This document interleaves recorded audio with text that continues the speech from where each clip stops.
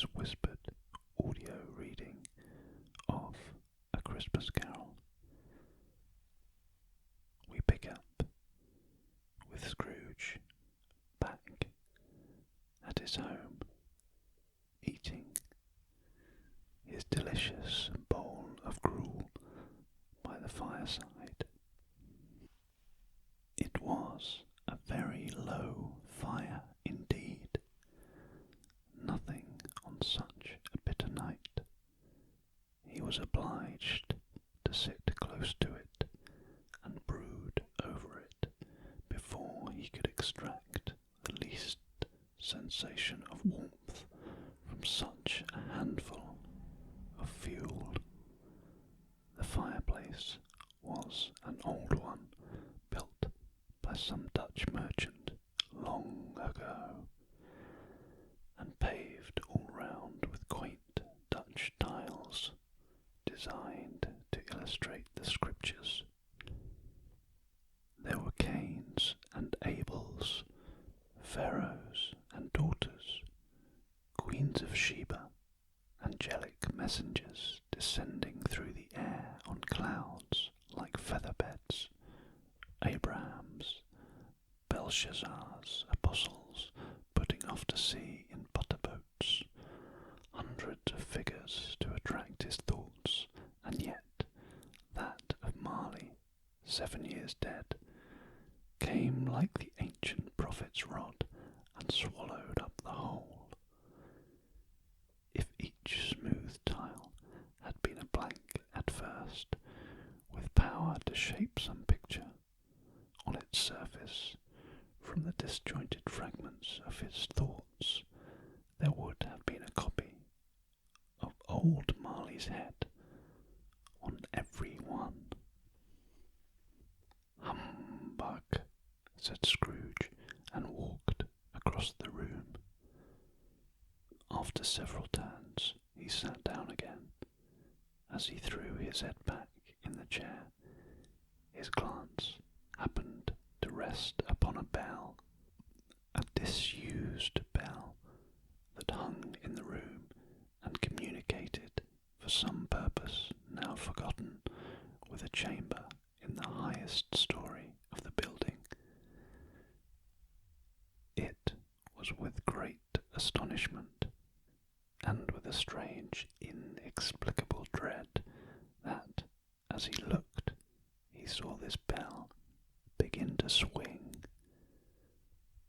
It swung so softly in the outset that it scarcely made a sound, but soon it rang out loudly, and so did every bell in the house. This might have lasted half a minute or a minute, but it seemed an hour. The bells ceased as they had begun, together. They were succeeded by a clanking noise deep down below, as if some person were dragging a heavy chain over the casks in the wine merchant's cellar. Scrooge then remembered to have heard that ghosts in haunted houses were described as dragging chains. The cellar door flew open with a booming sound, and then he heard the noise much louder on the floors below, then coming up the stairs, then coming straight towards his door. "It's humbug still," said Scrooge. "I won't believe it." His colour changed, though, when, without a pause, it came on through the heavy door, and passed into the room before his eyes. Upon its coming, the dying flame leaped up as though it cried, "I know him, Marley's ghost," and fell again. The same face, the same. Marley, in his pigtail, usual waistcoat, tights and boots, the tassels on the latter bristling like his pigtail, and his coat skirts, and the hair upon his head. The chain he drew was clasped about his middle. It was long and wound about him like a tail, and it was made, for Scrooge observed it closely, of cash boxes, keys, padlocks, ledgers, deeds, and heavy purses wrought in steel. His body was transparent, so that Scrooge, observing him, and through his waistcoat, could see the 2 buttons on his coat behind. Scrooge had often heard it said that Marley had no bowels, but he had never believed it until now.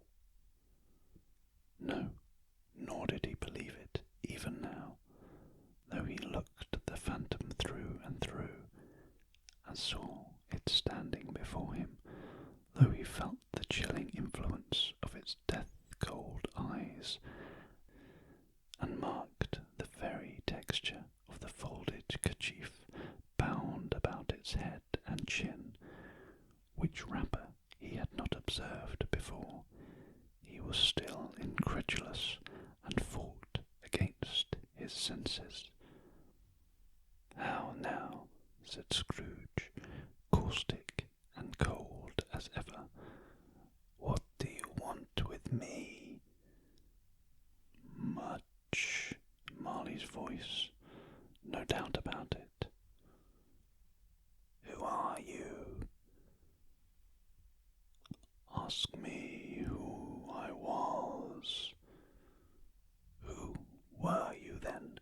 said Scrooge, raising his voice. "You're particular for a shade," he was going to say, "to a shade," but substituted this as more appropriate. "In life, I was your partner, Jacob Marley." Can you sit down?" asked Scrooge, looking doubtfully at him. "I can." "Do it, then." Scrooge asked the question because he didn't know whether a ghost so transparent might find himself in a condition to take a chair, and felt that, in the event of its being impossible, it might involve the necessity of an embarrassing explanation. But the ghost sat down on the opposite side of the fireplace, as if he were quite used to it. "You don't believe in me," observed the ghost. "I don't," said Scrooge. "What evidence would you have of my reality beyond that of your senses?" "I don't know," said Scrooge. "Why do you doubt your senses?" "Because," said Scrooge, "a little thing affects them. A slight disorder of the stomach makes them cheats. You may be an undigested bit of beef, a blot of mustard, a crumb of cheese, a fragment of an underdone potato. There's more of gravy than of grave about you, whatever you are." Scrooge was not much in the habit of cracking jokes, nor did he feel in his heart by any means waggish then. The truth is that he tried to be smart as a means of distracting his own attention and keeping down his terror, for the spectre's voice disturbed the very marrow in his bones. sit staring at those fixed, glazed eyes in silence for a moment would play, Scrooge felt, the very deuce with him. There was something very awful, too, in the spectre's being provided with an infernal atmosphere of its own. Scrooge could not feel it himself, but this was clearly the case, for though the ghost sat perfectly motionless, its hair and skirts and tassels were still agitated as by the hot vapour from an oven. "You see this toothpick?" said Scrooge, returning quickly to the charge for the reason just assigned, and wishing, though it were only for a second, to divert the vision's stony gaze from himself. "I do," replied the ghost. "You are not looking at it," said Scrooge. "But I see it," said the ghost, notwithstanding. "Well," returned Scrooge, "I have but to swallow this, and be for the rest of my days persecuted by a legion of goblins, all of my own creation. Humbug, I tell you, humbug." At this, the spirit raised a frightful cry, and shook its chain with such a dismal and appalling noise that Scrooge held on tight to his chair to save himself from falling in a swoon.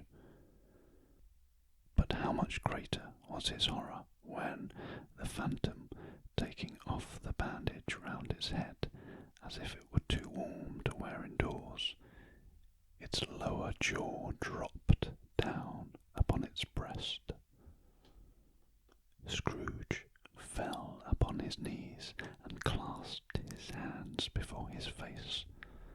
"Mercy," he said, "dreadful apparition, why do you trouble me?"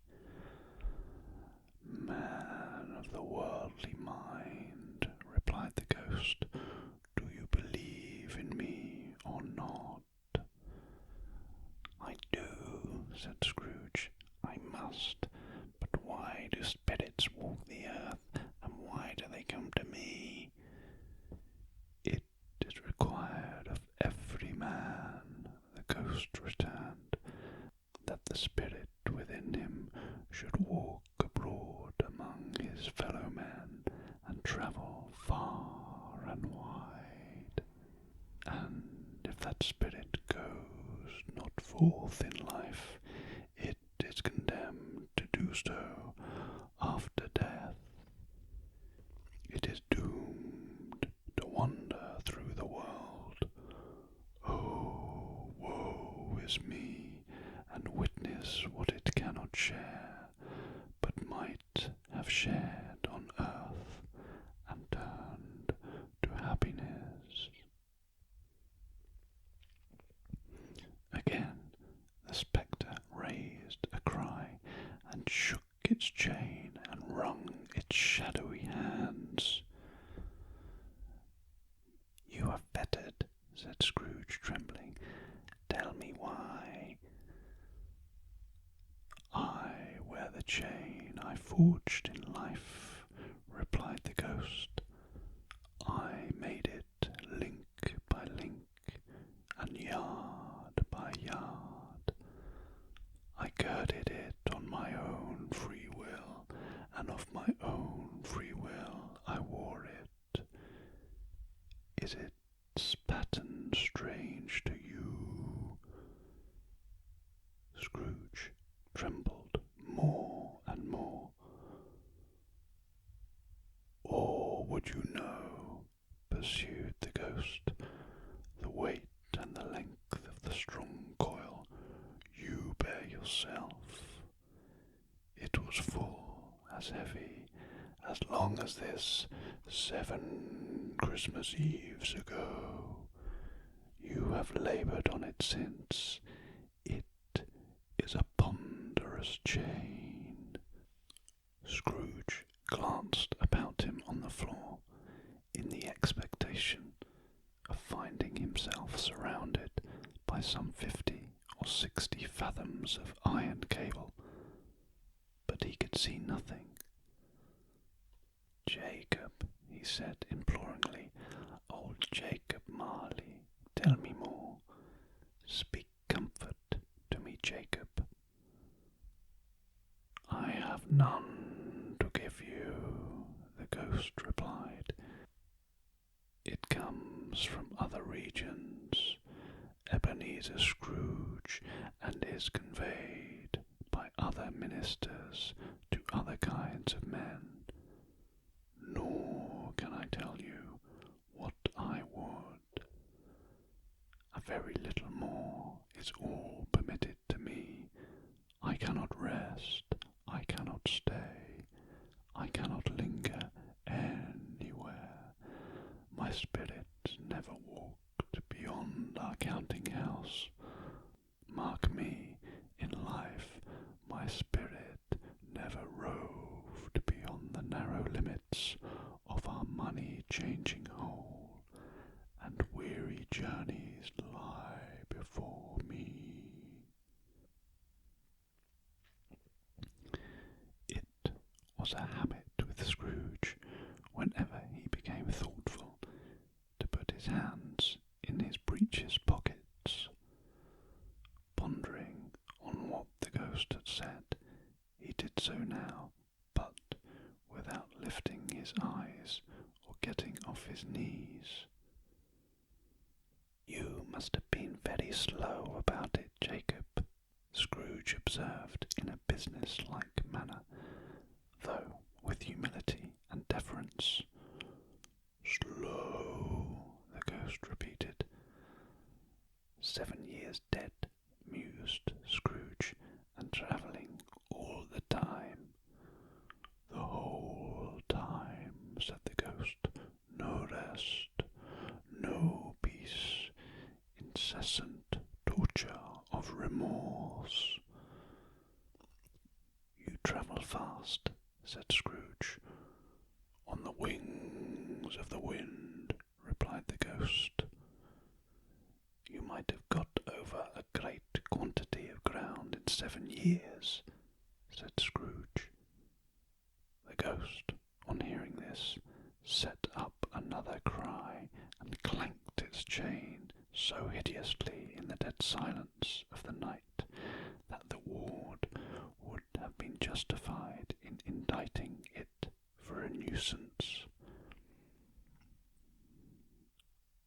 "Oh, captive, bound and double-ironed," cried the phantom, "not to know that ages of incessant labour by immortal creatures for this earth must pass into eternity before the good of which it is susceptible is all developed.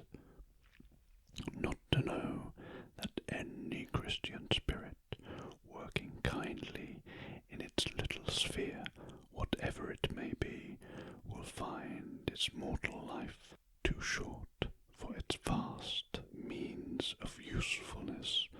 Not to know that no space of regret can make amends for one's life's opportunities misused. Yet such was I, oh, such was I." "But you were always a good man of business, Jacob," faltered Scrooge, who now began to apply this to himself. "Business," cried the ghost, wringing his hands again. "Mankind was my business. The common welfare was my business. Charity, mercy, forbearance, and benevolence were all my business. The dealings of my trade were but a drop of water in the comprehensive ocean of my business. business. It held up its chains at arm's length, as if that were the cause of all its unveiling grief, and flung it heavily upon the ground again. At this time of the rolling year, the spectre said, I suffer most. Why did I walk through crowds of fellow beings with my eyes turned down, and never raised them to that blessed star which led the wise men to a poor abode? Were there no poor homes to which its light would have conducted me? Scrooge was very much dismayed to hear the spectre going at this rate, and began to quake exceedingly. Hear me, cried the ghost. My time is nearly gone. I will, said Scrooge, but don't be hard upon me. Don't be flowery, Jacob, pray. How it is that I appear before you in a shape that you can see, I may not tell you. I have sat invisible beside you many and many a day. It was not an agreeable idea. Scrooge shivered and wiped the perspiration from his brow. That is no light part on my penance, pursued the ghost. I am here tonight to warn you that you have yet a chance and hope of escaping my fate, a chance and hope of my procuring Ebenezer. You were always a good friend to me, said Scrooge. Thank ye. You will be haunted, resumed the ghost, by 3 spirits. Scrooge's countenance fell almost as low as the ghost's had done. Is that the chance and hope you mentioned, Jacob? He demanded in a faltering voice. It is. I think I'd rather not, said Scrooge. Without their visits, said the ghost, you cannot hope to shun the path I tread. Expect the first tomorrow when the bell tolls 1. Couldn't I take 'em all at once and have it over, Jacob? Hinted Scrooge. Expect the second on the next night at the same hour. The third upon the next night, when the last stroke of 12 has ceased to vibrate. Look to me no more, and look that, for your own sake, you remember what has passed between us. When it had said these words, the spectre took its wrapper from the table and bound it round its head, as before. Scrooge knew this by the smart sound its teeth made when the jaws were brought together by the bandage. He ventured to raise his eyes again and found his supernatural visitor confronting him in an erect attitude, with its chain wound over and about its arm. The apparition walked backward from him, and at every step it took, the window raised itself a little, so that when the spectre reached it, it was wide open. It beckoned Scrooge to approach, which he did. When they were within 2 paces,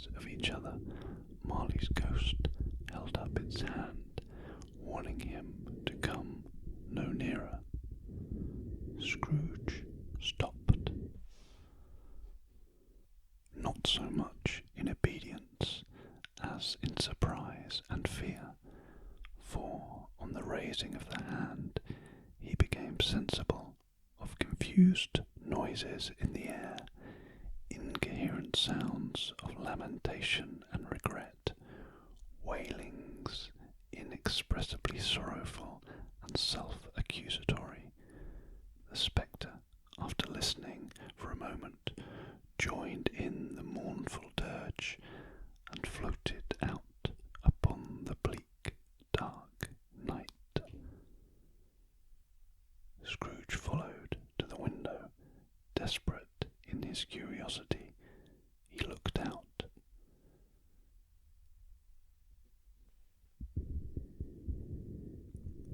The air was filled with phantoms, wandering hither and thither in restless haste, and moaning as they went. Every one of them wore chains like Marley's ghost. Some few, they might be guilty governments, were linked together. None were free. Many had been personally known to Scrooge in their lives. He had been quite familiar with one old ghost in a white waistcoat with a monstrous iron safe attached to its ankle, who cried piteously at being unable to assist a wretched woman with an infant, whom he saw below upon a doorstep. The misery with them all was, clearly, that they sought to interfere for good in human matters, and had lost the power for ever.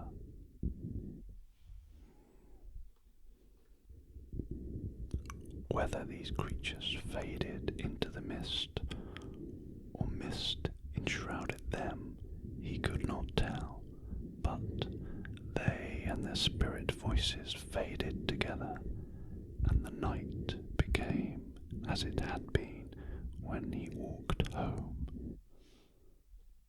Scrooge closed the window and examined the door by which the ghost had entered. It was double locked, as he had locked it with his own hands, and the bolts were undisturbed. He tried to say humbug, but stopped at the first syllable, and being from the emotion he had undergone, or the fatigue of the day, or his glimpse of the invisible world, or the dull conversation of the ghost, or the lateness of the hour, much in need of repose, went straight to bed, without undressing, and fell asleep upon the instant.